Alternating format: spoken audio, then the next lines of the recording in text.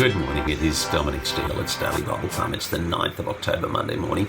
And actually, instead of the Bible early this morning and late yesterday, I've been reading this new book out. Actually, it's being released next week. It's called 10 Dead Gals You Should Know by Rachel Ciano and Maddox. I have a deadline of having to have it read by tomorrow. I'm interviewing Rachel about the book.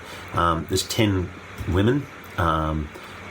First 5 of them are Mary, Jesus' mother, Perpetua, Christians to the Line, Catherine of Ciano, Bride of Christ, Jane Grey, After Darkness, Anne Hutchinson, Anne Dutton, Selina, the Countess of Huntingdon, and apparently Rachel and Ian, they put out a book, 10 Dead Guys You Should Know, a few years ago.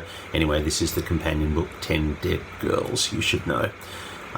Interestingly, here's a couple of my thoughts on the first 2 chapters. Mary, the chapter starts with the moment of the water into wine moment in John chapter 2, and then there is a description of Jesus in history, or the Jesus of Mary of history, and then there is a description of not so much the Mary of history, but the Mary in history, and how the picture of Mary has been distorted.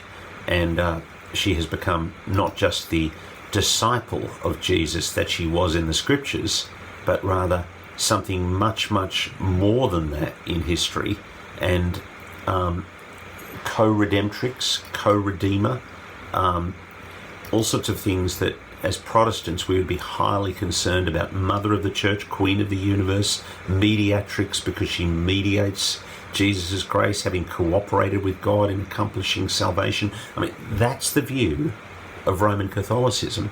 And actually, when you see it spelt out as Rachel and Ian spell it out, it's actually quite horrifying.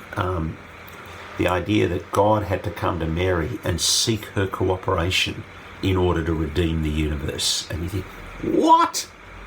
I mean, that's so different from the scriptures, where Mary says, "My soul rejoices in God my Saviour," in the Magnificat in Luke chapter 2. Well, if Mary, her soul rejoices in God her Saviour, well then she needs a Saviour. She needs to be saved. She is a sinner like you and me. A good example, somebody from whom we can learn, thinking, follow my example as I follow the example of Christ. The Apostle Paul say, look at me, follow my example. And yet the teaching in Roman Catholicism that she's been believed to have been born free of original sin, the dogma of the Immaculate Conception, 1854, remained without sin throughout her early life, perpetually a virgin, and all of this theological rubbish. Anyway, it's going to be really good to talk with the author of this book, Rachel Ciano, tomorrow about that and hear Rachel's analysis, because I mean, she's very well read in this space and has spent a lot of time researching the issues of Protestantism versus Roman Catholicism. I mean, tragic. 2013, Pope Francis committed the world and his papacy to Mary.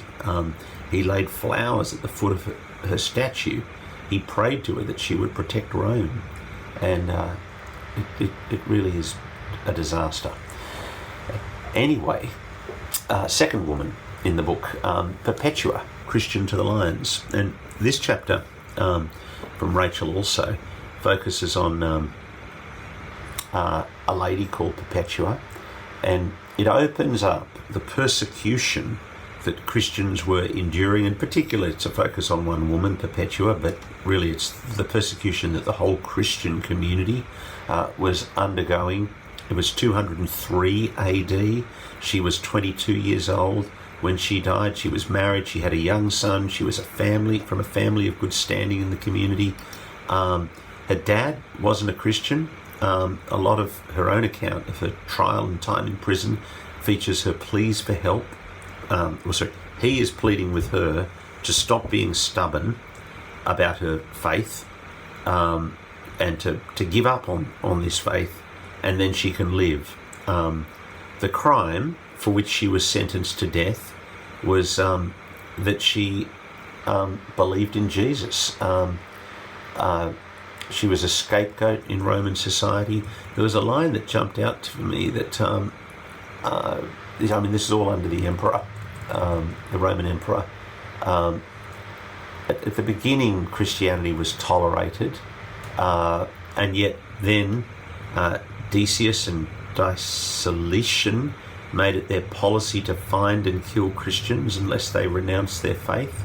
I was particularly struck by this line, that Pliny was concerned that the contagion of this superstition had spread not only in cities but in the villages and rural districts.